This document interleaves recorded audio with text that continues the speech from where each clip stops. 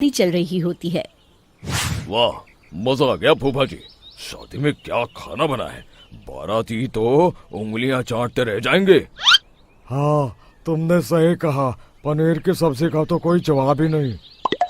दूसरी तरफ पंडित जी फेरों की तैयारी कर रहे होते हैं कि तभी वहाँ एक चुड़ैल आ जाती है। अरे मर गया रे, ये चुड़ैल यहाँ क्या कर रही है? अरे दिवाकर जी, ये आपकी कौन सी रिश्तेदार है? अरे मुझे क्या पता, क्यों भाग्यवान, कहीं ये तुम्हारे मायके से तो नहीं आई है।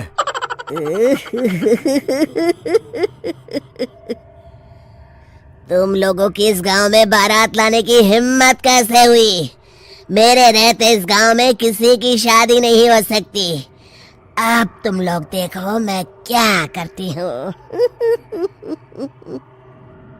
अरे मर गया रे, मैंने सुना है ये जबान की पक्की है। भागो रे भागो, वरना ये चुड़ैल किसी को नहीं छोड़ेगी। हाँ, तुम सही कहते हो मोहन भाई, यहाँ से भाग लेने में ही हम सबकी भलाई है।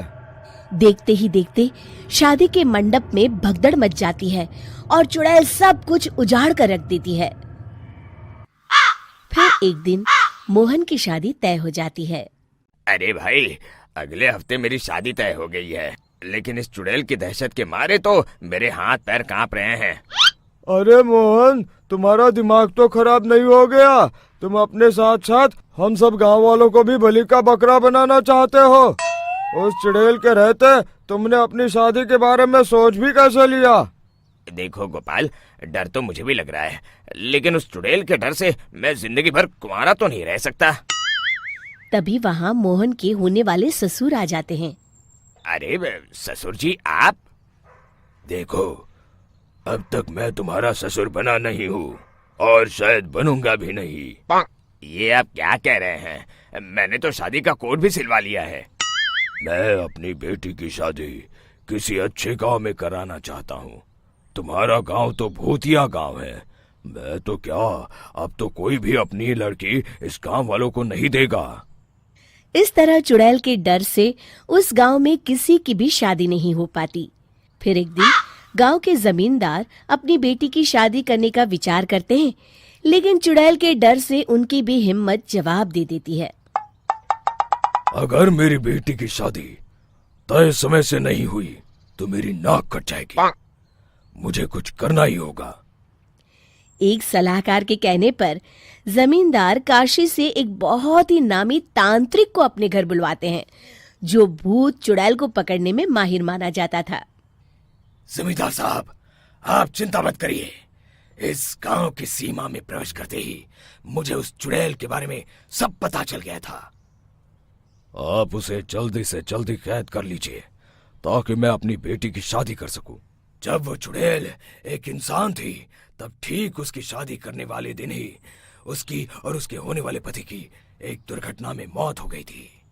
उसका होने वाला पति आज भी भूत बनकर जंगल में भटकता है।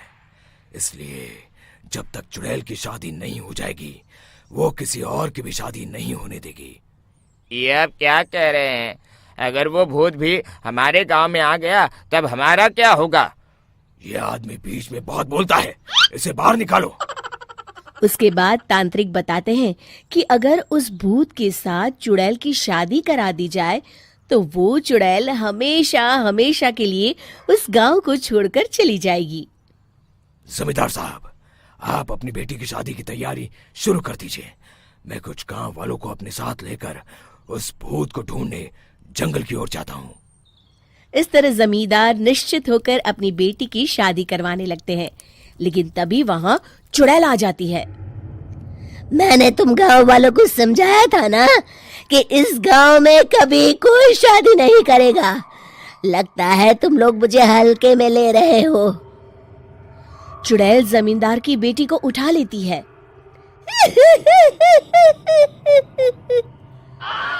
अब देखती हूँ बिना दुल्हन के तुम लोग शादी कैसे करोगे। मैं इसे अपने साथ ले जा रही हूँ। छोड़ मुझे, पिताजी, मुझे बचाइए। अरे कोई मेरी बेटी को बचाओ। तभी तांत्रिक उस भूत को लेकर वहां पहुंचता है। अरे भाग्यवान, रुको, इन मासूमों को परेशान मत करो, मैं आ गया हूँ, अब तुम मेरे साथ चलो। चुड़ैल बहुत खुश हो जाती है। आप आ गए, चलिए अब हम मंदिर में चलकर शादी कर लेते हैं। अरे अरे अरे अरे, ये क्या कह रही हो? मंदिर में जाके दोबारा मरना है क्या? चलो, आज से हम जंगल में रहेंगे। चुड़ैल चली गई, अब मेरी शादी हो जाएगी। इस तरह सभी गांव वाले खुशी से झूमने लगते हैं।